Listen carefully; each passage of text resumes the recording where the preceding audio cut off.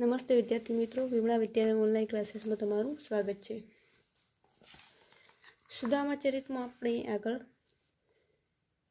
આખ્યાનના સાહિત્ય સ્વરૂપ વિશે જોઈ લીધું છે। હવે આપણે જોવાનું છે આખ્યાનના લક્ષણો। તે પહેલાના લેક્ચરમાં પણ આપણે પદના, રાસાના, ફાગુના અને પ્રબંધના લક્ષણો જોઈ લીધા છે। તો હવે જોવાના છે આખ્યાનના લક્ષણો। આખ્યાનનું સાહિત્ય સ્વરૂપ આગળના લેક્ચરમાં આવી ગયું છે। તો જોઈએ આખ્યાનના લક્ષણો। તો કે આખ્યાન શબ્દ આ પ્લસ ખે, તો કે આખ્યાન શબ્દ આ પ્લસ ખે અથવા ખ્યા, ખે અથવા ખ્યા ધાતુ પરથી આવેલો છે કે આખ્યાન શબ્દ આ પ્લસ ખે અથવા ખ્યા ધાતુ પરથી આવેલો છે એટલે આખ્યાન શબ્દ બને છે। આખ્યાન એટલે માંડીને કથા કહેવી। આખ્યાનનો અર્થ થાય છે કે માંડીને કથા કહેવી। સંસ્કૃત અલંકારીઓએ આખ્યાનમ પૂર્વમ વૃત્તોક્તિ, આખ્યાનમ પૂર્વ વૃત્તોક્તિ એટલે કે પૂર્વે બની ગયેલા કોઈ પણ બનાવનું કથન એટલે આખ્યાન। પહેલાના સમયમાં કોઈ પણ બની ગયેલા બનાવનું કથન એટલે આખ્યાન। એ પ્રમાણે આખ્યાનની વ્યાખ્યા આપી છે। હેમચંદ્રના કાવ્ય અનુશાસનમાં આખ્યાન સંજ્ઞા તલ્લપતે પદ્મભિનયન પઠન ગાયન એમ આખ્યાનનું અભિનય કથન કરાતું એવી વ્યાખ્યા આપી છે। વિસ્તારની રીતે આખ્યાન એક તરફ પુરાણ અને બીજી તરફ ખંડકાવ્યની વચમાં બેસે એવું સાહિત્ય સ્વરૂપ છે કે વિસ્તારની રીતે આખ્યાન એક તરફ પુરાણ અને બીજી તરફ ખંડકાવ્ય, આ બંનેની વચમાં બેસી શકે તેવું સાહિત્ય સ્વરૂપ છે। એટલે કે એક આગવું સાહિત્ય સ્વરૂપમાં તેનું સ્થાન પામ્યું છે। તો હવે આવે છે આખ્યાનના બાહ્ય લક્ષણો। આખ્યાનના લક્ષણોમાં પ્રથમમાં આવે છે કે આખ્યાનના બાહ્ય લક્ષણો।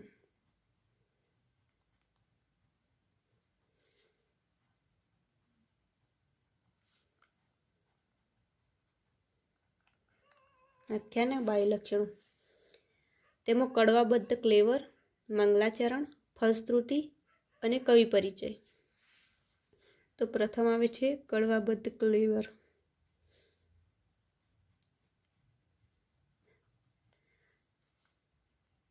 કડવાબદ્ધ ક્લેવર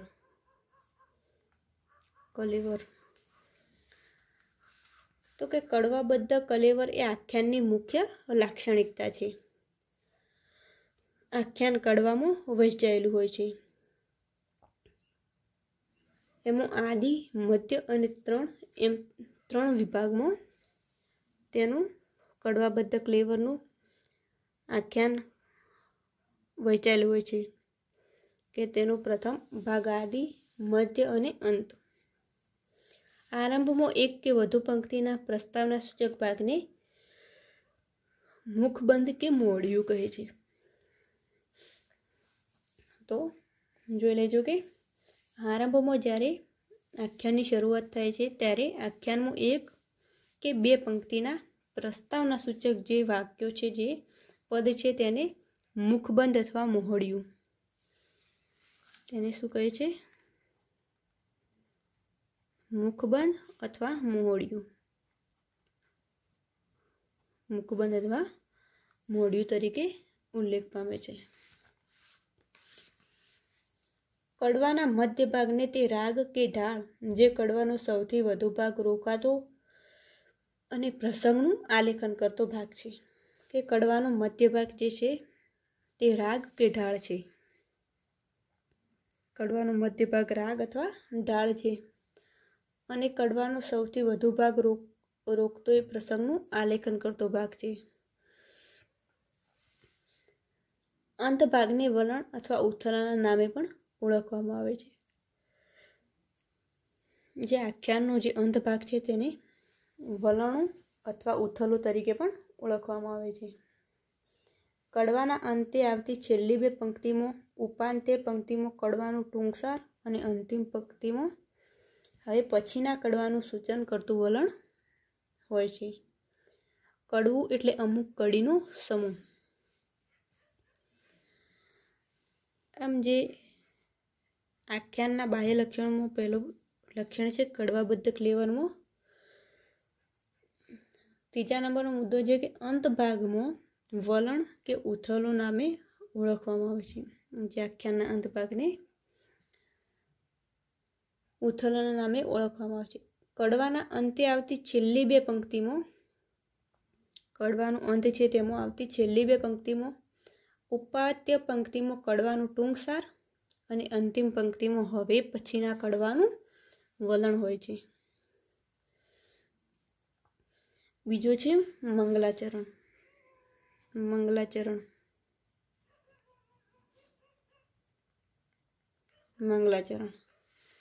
તો કે કોઈ પણ આખ્યાનનો આરંભ ઈષ્ટદેવના સ્મરણથી થતો. કોઈ પણ આખ્યાનની શરૂઆત થાય તેમાં પોતાના ઈષ્ટદેવની સ્તુતિથી આખ્યાનની શરૂઆત થતી. તેને મંગલાચરણ કહેવાય છે. આ મંગલાચરણમાં ગણપતિજીની, શારદાની, સરસ્વતીની આમ વિવિધ દેવી દેવતાઓની સ્તુતિ કરવામાં આવે છે. ગ્રંથ નિર્વિઘ્ને પાર પડે તે માટે વિઘ્નોનો નાશ કરનાર દેવ ગણપતિનું અને વિદ્યાની દેવી સરસ્વતી અને શારદાનું સ્મરણ પણ કરવામાં આવે છે. એટલે કે આખ્યાનની શરૂઆતમાં કોઈ પણ આખ્યાનમાં વિઘ્ન ન પડે તે માટે વિઘ્નોના દેવતા ગણપતિજીને અને વિદ્યાની દેવી સરસ્વતી અને શારદાને પણ સ્મરણ કરવામાં આવે છે. આખ્યાનકાર મંગલાચરણ પછી તરત જ આખ્યાનનું જાણીતું વસ્તુ જ્યોથી લીધું હોય તેનો નિર્દેશ કરી મુખ્ય વિષય પર આવી જતો હોય છે.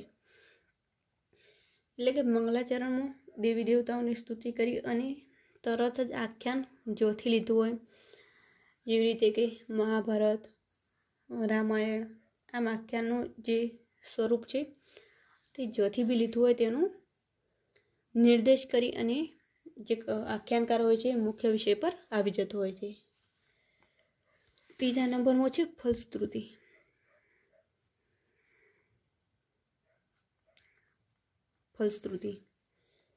એટલે કે આખ્યાનમાં ફલશ્રુતિ દ્વારા આખ્યાનકાર આખ્યાન સાંભળવાથી મળતું પુણ્ય, વૈકુંઠવાસ, પાપનો ક્ષય, મનોરથ સિદ્ધિ અને ઐહિક લાભો વગેરેનો નિર્દેશ કરતી ફલશ્રુતિ સંભળાવે છે.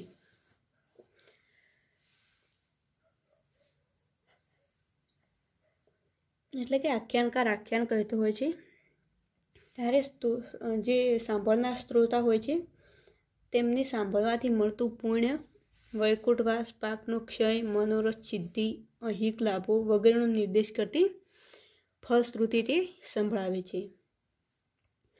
કવિ પરિચય. ચોથા નંબરમાં છે કવિ પરિચય.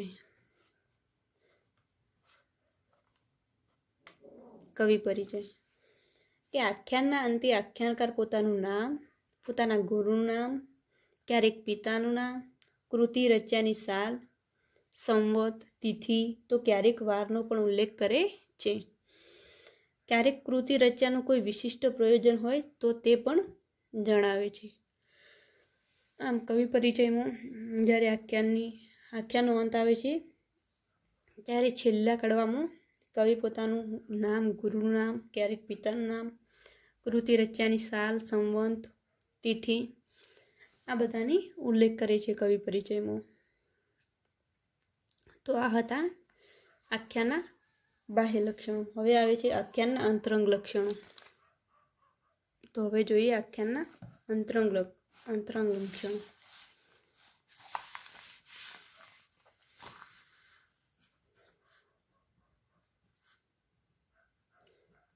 આખ્યાનના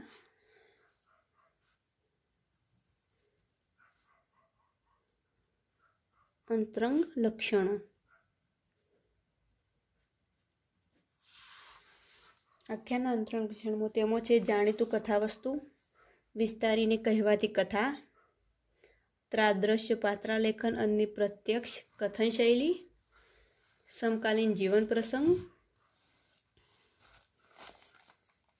રસ વૈવિધ્ય અને વર્ણનો. તેમાં 6 મુદ્દા આવે છે. તો પ્રથમ આપણે જોવાના છે જાણીતી કથાવસ્તુ. જાણીતી કથાવસ્તુ.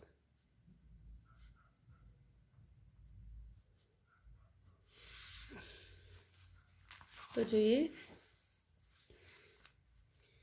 કે આખ્યાનનું જાણીતું કથાવસ્તુ મોટે ભાગે રામાયણ, મહાભારત અને પુરાણોમાંથી લેવામાં આવતું હોય છે. કે મોટા ભાગનું જે આખ્યાન સ્વરૂપો છે, જે પ્રેમાનંદના આખ્યાનો સ્વરૂપો, દયારામની ગરબીઓ જેમ પ્રખ્યાત છે, એમ પ્રેમાનંદના આખ્યાન પ્રખ્યાત છે, તેમ પ્રેમાનંદના આખ્યાન મોટે ભાગે રામાયણ અને મહાભારત જેવા પુરાણોમાંથી લેવામાં આવ્યા હોય છે. અને આનો ઉલ્લેખ કવિ ફલશ્રુતિમાં અથવા કવિ પરિચયમાં કરી દે છે કે પોતે કયા પુરાણમાંથી આખ્યાન લીધેલું છે. તે લોકપ્રિય ભક્તના જીવન વિષયક પ્રસંગોની સાંકળીને આખ્યાન રચાતું હોય છે. કે લોકપ્રિય ભક્તના જીવન વિષયક પ્રસંગોને સાંકળીને આખ્યાન રચાતું હોય છે. આખ્યાનકાર લોકરુચિને ધ્યાનમાં રાખી એમાં જરૂરી થોડા ફેરફાર પણ કરતો હોય છે. કે જે લોકોને જેવી રુચિ હોય છે, જેવું સાંભળવામાં ગમતું હોય છે, તેને ધ્યાનમાં રાખીને જે આખ્યાનકાર હોય છે તે આખ્યાનમાં થોડા ઘણા ફેરફાર પણ કરતો હોય છે. જાણીતા વસ્તુને ખીલવવામાં જ આખ્યાનકારની કલાની કસોટી હોય છે. કે આખ્યાનકાર પોતે એક આખ્યાનને ખીલવી શકે છે, તેની મોટીમાં મોટી કસોટી તેની કલાની હોય છે. આમ તે લોકરુચિને ધ્યાનમાં રાખી અને ફેરફાર કરતો હોય છે. તો હવે બીજો નંબરનો મુદ્દો છે વિસ્તારીને કહેવાની કથા.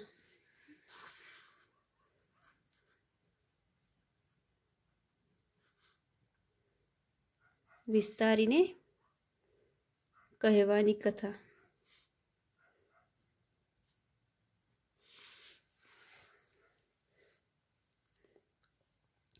તો કે આખ્યાન શબ્દનો અર્થ છે સર્વ રીતે વિસ્તારીને કહેવું, એટલે જ આખ્યાન.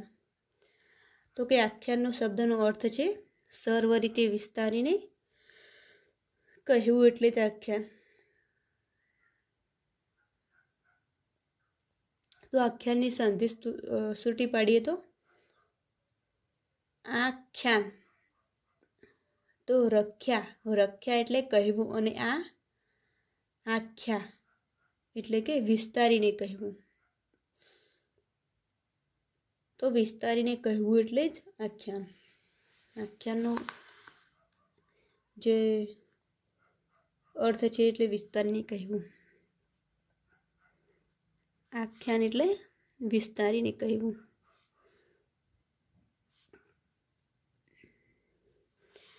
તેની સંધિ સૂટી પાડીએ તો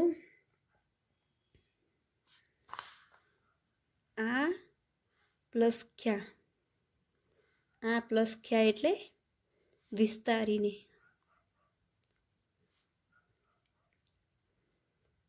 અને રખ્યા એટલે કહેવું.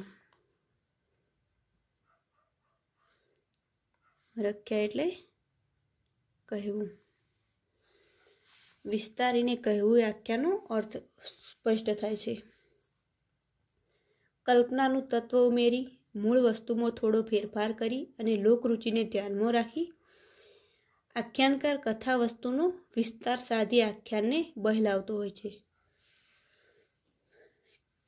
એટલે કે કલ્પનાનું તત્વ ઉમેરી મૂળ વસ્તુ જે હોય છે તેમાં થોડો ફેરફાર કરે છે, લોકોની રુચિને ધ્યાનમાં રાખે છે અને કથા વસ્તુનો વિસ્તાર વધારે છે અને આખ્યાનને બહેલાવે છે. આ ફેરફારો કથારસને વધુ પુષ્ટ બનાવતા હોય છે. અને ક્યારેક આ ફેરફારો લોકમાન્યતાની પુષ્ટિ આપવા થતા, તો ક્યારેક કવિ ન્યાયની રીતે મૂળ કથામાં ફેરફાર થતા.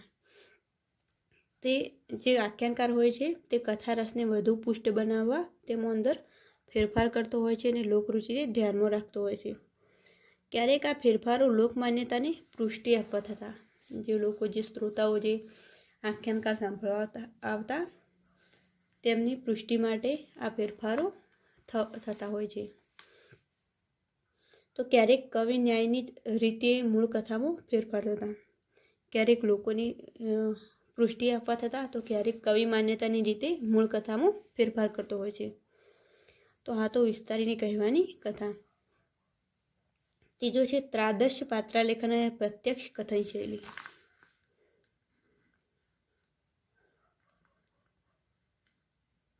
ત્રાદશ પાત્રાલેખન અને પ્રત્યક્ષ કથન શૈલી.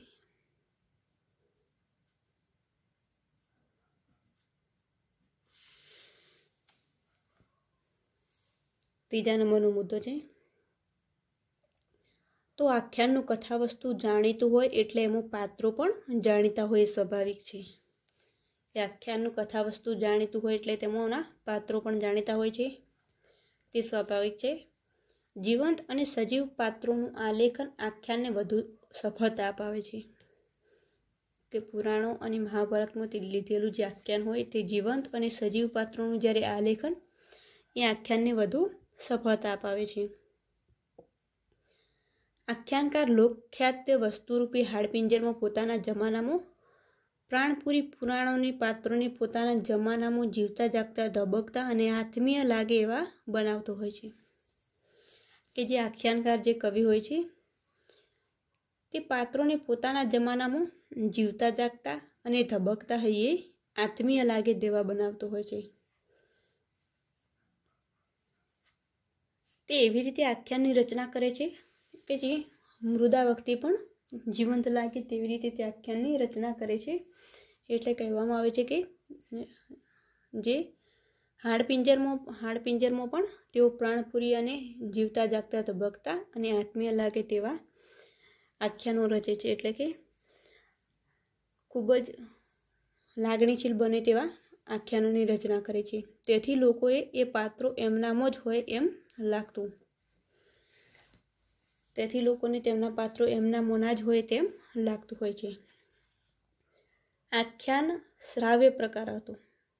એટલે કે આખ્યાન શ્રાવ્ય પ્રકાર હતો એટલે કે આખ્યાન સાંભળવાનો પ્રકાર હતો.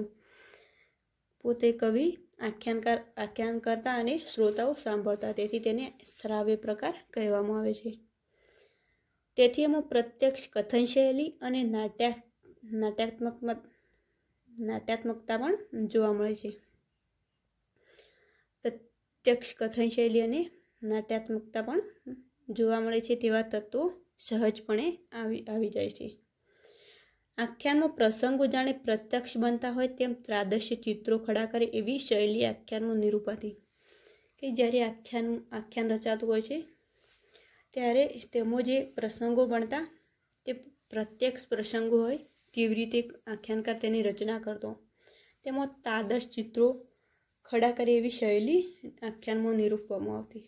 જાણે પોતાની નજરો સમક્ષ પોતે જે પ્રસંગોને નિરૂપી રહ્યા છે, નિહાળી રહ્યા છે તેવું લોક શ્રોતાઓને લાગતું. તેવી રીતે આખ્યાનકાર આખ્યાનની રચના કરતો હોય છે.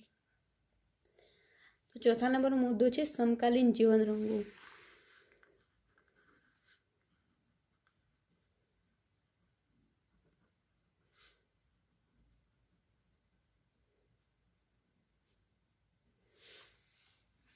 સમકાલીન જીવન રંગો.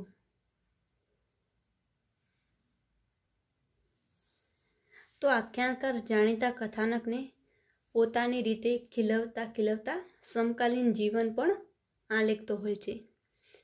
કે આખ્યાનકાર જાણીતા કથાનકને પોતાની રીતે ખીલવતા સમકાલીન જીવનને પણ આલેખતો હોય છે. તેમ કરવામાં જનમનોરંજનનું અને એનું મુખ્ય ધ્યેય હતું. કે આખ્યાનકાર પોતાની રીતે ખીલવતા સમકાલીન જીવનનું પણ ખીલતો હોય છે, આલેખતો હોય છે અને જનમનોરંજનનું તેનું મુખ્ય ધ્યેય હોય છે. આખ્યાનકાર પોતાના જમાનામાં રીતિરિવાજ, રહેણી કહેણી, લોકોના વહેમ, લગ્ન, સીમંત વિધિ, પહેરવેશ, શુકન અપશુકન વગેરે નિરૂપતો. કે આખ્યાનકાર પોતાના જે જમાનામાં જે લોકોને વહેમો હતી, રહેણી કરણી હતી, તેની સમાજ જીવનની બધી રીતે આલેખ તો આખ્યાનમાં જોવા મળતો હોય છે. કે પોતાના જમાનાના રીત રિવાજો જોવા મળતા, તેમની રહેણી કરણી, લોકોના વહેમો, અપશુકનો, લગ્ન, સીમંત વિધિ, પહેરવેશ, આ બધું આખ્યાનકાર પોતાના આખ્યાનમાં નિરૂપતો હોય છે. આ સમકાલીન જીવન રંગો તેમાં ઉપસી આવે છે, જેથી શ્રોતાઓને પોતાનો સમય અને સમાજનું એમાં પ્રતિબિંબ દેખાતું. આમ આખ્યાન એક શ્રાવ્ય પ્રકાર હતો, એટલે કે સાંભળવાનો કાવ્ય પ્રકાર હતો. તેથી આખ્યાનકાર આ બધી વસ્તુઓનું આખ્યાનમાં નિરૂપણ કરતો. તેથી જે શ્રોતાઓ જે સાંભળતા હોય છે તેમને પોતાનો સમય અને સમાજનું પ્રતિબિંબ દેખાઈ આવતું, કે પોતે હાલ સમાજમાં જીવન જીવી રહ્યા છે તેવું દેખાતું, અને તેમને એક સાંભળવાનો રસ પડતો. ક્યારેક એમ કરવા જતાં પૌરાણિક પાત્રોનું ગૌરવ હણાતું પણ જોવા મળે છે. પૌરાણિક કથા વસ્તુમાં જ્યારે આખ્યાનો લીધેલા હોય છે તેમાં કવિ સુધારા વધારા કરી અને મૂળ વસ્તુમાં ફેરફાર કરી અને પોતાની રીતે જ્યારે તે પોતે આખ્યાનની રચના કરતો હોય છે ત્યારે પૌરાણિક પાત્રોનું ગૌરવ પણ હણાયેલું જોવા મળે છે. ને દેવી પાત્રો સામાન્ય માનવીય કક્ષાએ સરી પડતા જોવા મળે છે. આ મૂળ આખ્યાનમાં ફેરફાર કરતા આખ્યાનકાર જે દેવી પાત્રોની સામાન્ય પાત્રો જેમ સામાન્ય માનવીઓની જેમ સરી પડતા જોવા મળે છે આખ્યાનમાં. શ્રી અનંતરાય રાવળ કહે છે કે, અનંતરાય રાવળ આખ્યાન વિશે કહે છે કે, મધ્યકાલીન આખ્યાનકારો વસ્તુનું હાડપિંજર જ પુરાણોમાંથી લીધા. એટલે કે મધ્યકાળના જે આખ્યાનકારો છે, જે કવિઓ છે, એ વસ્તુનું હાડપિંજર જ પુરાણોમાંથી લેતા. એટલે કે બધું જ તેઓ પુરાણોમાંથી લેતા અને પછી તે જે મેન વસ્તુ છે હાડપિંજર જેનું, એટલે કે જેનો પાયો છે તે પુરાણોમાંથી લેતા અને તેમાં બાકીનું જે કથા વસ્તુ છે તે પોતે તેમાં સુધારો વધારો કરીને ઉમેરી દેતા. એટલે કે આખ્યાનકારો વસ્તુનું હાડપિંજર જ પુરાણોમાંથી લેતા. તેમાં લોહી, માંસ અને પ્રાણ તો પોતાના જમાનાના પૂરતા. અડધું સાહિત્ય પોતે પુરાણોમાંથી લેતા, તેમાં સુધારો વધારો કરી અને લોહી, માંસ અને પ્રાણ તો પોતાના જમાનામાં પૂરતા. એટલે કે પોતે સુધારો વધારો કરી અને શ્રોતાઓને ગમે તેઓ રચના કરતા. તેમના શ્રોતા વર્ગની સંસ્કાર કક્ષા અને રસ ઋષિઓ તેમને પોતાની જનમનોરંજન કરવાની વૃત્તિ એમની પાસે આમ કરાવ્યું છે કે પોતા જે શ્રોતા હોય છે પોતાઓના, તેમની મનોરંજન કરવાની રસ રુચિએ પોતાને આમ કરાવી છે. પૌરાણિક પાત્રો આથી લોકગમ્ય સજીવ ગુજરાતી પાત્રો બની જાય છે. આમ તે મોટે ભાગે જે આખ્યાનકારો હોય છે તે પોતાનું કથા વસ્તુ પુરાણોમાંથી લીધેલું હોય છે અને તે બધા જે સમકાલીન જીવન રંગો ઉમેરી અને પોતે શ્રોતાઓને સંભળાવે છે. 5મા નંબરનો મુદ્દો છે રસ વૈવિધ્ય.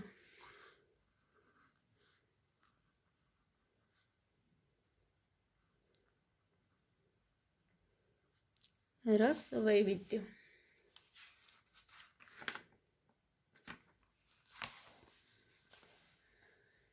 તો કે આખ્યાનનો કથાપટ આખ્યાનકાર પોતાની સર્જન શક્તિથી વિસ્તારતો. તેથી આખ્યાનમાં એકથી વધુ રસોને ખીલવવાનો મોકો મળતો. કે કથાપટનો આખ્યાનકાર પોતાની સર્જન શક્તિથી વિસ્તારતા, તેથી આખ્યાનમાં એકથી વધુ રસોને ખીલવવાનો મોકો મળતો. એટલે કે જે આખ્યાનકાર જે આખ્યાનની રચના કરતો હોય છે તે અડધી વસ્તુ જે છે તે પુરાણોમાંથી લેતો અને બાકીના જે પ્રાણ પૂરતો તેમાં મૂળ જે ફેરફાર કરતો, તેને વિસ્તારતો. તે બધું કવિ પોતાની જાતે કરતો. તેથી તેને પોતાનો જે એક રસ, જે આખ્યાનમાં એક રસ તરી આવે છે, તેથી તેને વિવિધ રસોને ખીલવવાનો મોકો મળતો. તેને વિસ્તારીને શ્રોતાઓને કહેતો. તેમાં મૂળ વસ્તુ જે લેવામાં આવતી તેમાં ઘણા બધા ફેરફાર કરીને પોતે લોકરુચિને ધ્યાનમાં રાખીને આખ્યાનકાર કથા વસ્તુનો વિસ્તાર કરતો અને તેમાં એકથી વધુ રસોને ખીલવવામાં કવિને મદદ મળતી હોય છે. આખ્યાનકાર શૃંગાર, વીર, કરુણ, અદ્ભુત અને હાસ્યરસ યથાવકાશને યથાશક્તિ લાવતો. કે આખ્યાનકાર આખ્યાનમાં એક રસને ઉમેરતો નથી, પરંતુ ઘણા બધા રસોની તેમાં અસરકારક રીતે તેની શક્તિને લાવવામાં મદદ કરતો. કે તેમાં શૃંગાર રસ આવતો, વીર રસ, કરુણ રસ, અદ્ભુત અને હાસ્ય રસનો અવકાશ પણ તેમાં રહેલો હોય છે.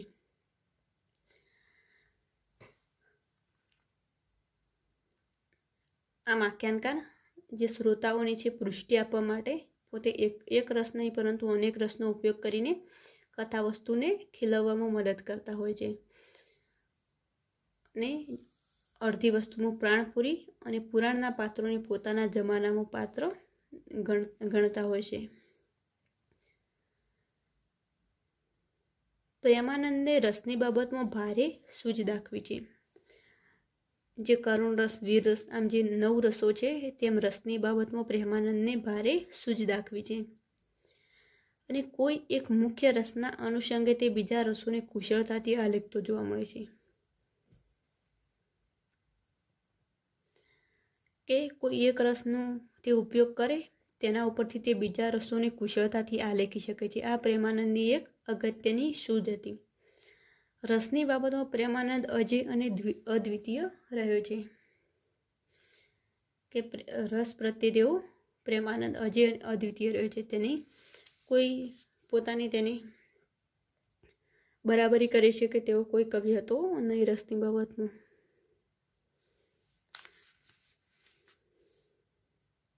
ત્યારે જ પ્રેમાનંદના રસની બાબતમાં એક કહેવત આવી છે કે રસની બાબતમાં પ્રેમાનંદના પેગડામાં કોઈ પગ ગાલી શકે તેવું નથી. કે રસની બાબતમાં પ્રેમાનંદના પેગડામાં કોઈ પગ ગાલી શકે તેવું નથી. એટલે કે કોઈ કવિ હજુ સુધી પ્રેમાનંદ જેટલી સૂઝબૂછ ધરાવતો બન્યો નથી જે એક રસમાંથી બીજા રસની કુશળતાને આલેખતો જોવા મળે છે. આમ તેનું પ્રેમાનંદનું રસ વૈવિધ્ય વિવિધ રીતે ખીલી ઉઠે છે. તે વિવિધ રસોના જાણકાર પણ છે. તો હવે છેલ્લો મુદ્દો આવે છે વર્ણનો.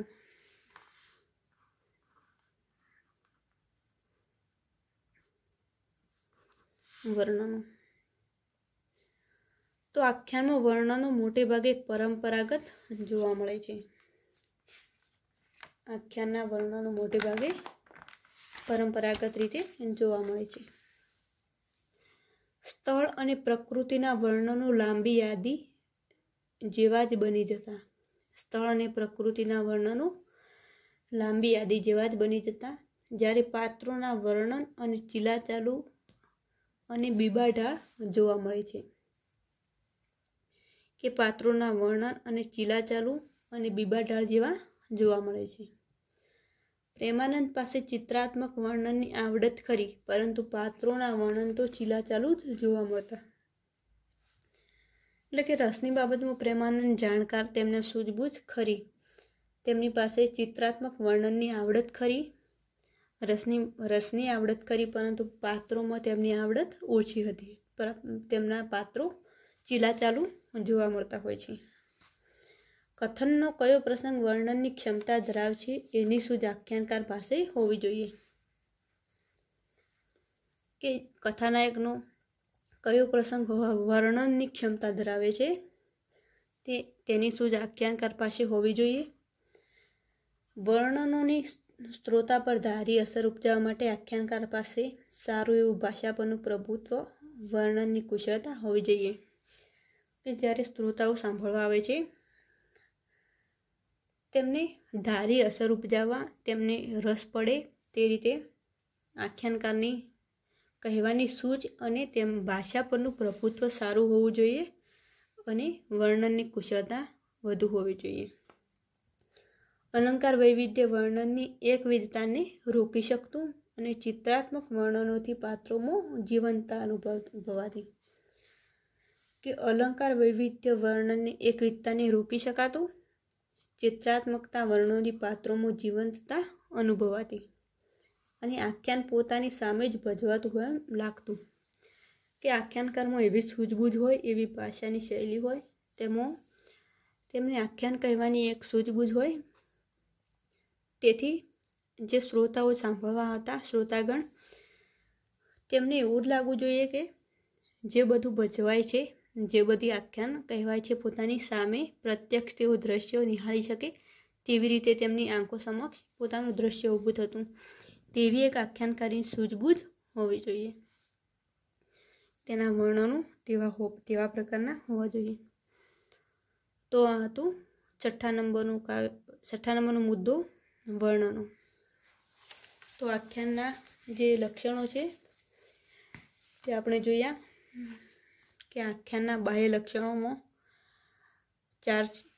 ચાર લક્ષણો જોવા મળે છે કે કડવાબદ્ધ ક્લેવર, મંગલાચરણ, ફલશ્રુતિ, કવિ પરિચય. અને આખ્યાનના અંતરંગ લક્ષણોમાં જોવા મળે છે કે જાણીતી કથા વસ્તુ, વિસ્તારીને કહેવાની કથા, ત્રાદશ્ય પાત્રાલેખન અને પ્રત્યક્ષ કથન શૈલી, સમકાલીન જીવન રંગો અને રસ વૈવિધ્ય અને વર્ણનો. તો આ હતા આખ્યાનના લક્ષણો. તો કે કડવાબદ્ધ ક્લેવરમાં જે આખ્યાનની પ્રસ્તાવના સૂચક જે કડવા હોય છે તેને મુખબંધ અથવા મોહડિયું કહે છે. કોઈ પણ દેવી દેવતાઓની સ્તુતિ કરીએ પહેલા કડવામાં તેને મંગલાચરણ કહે છે.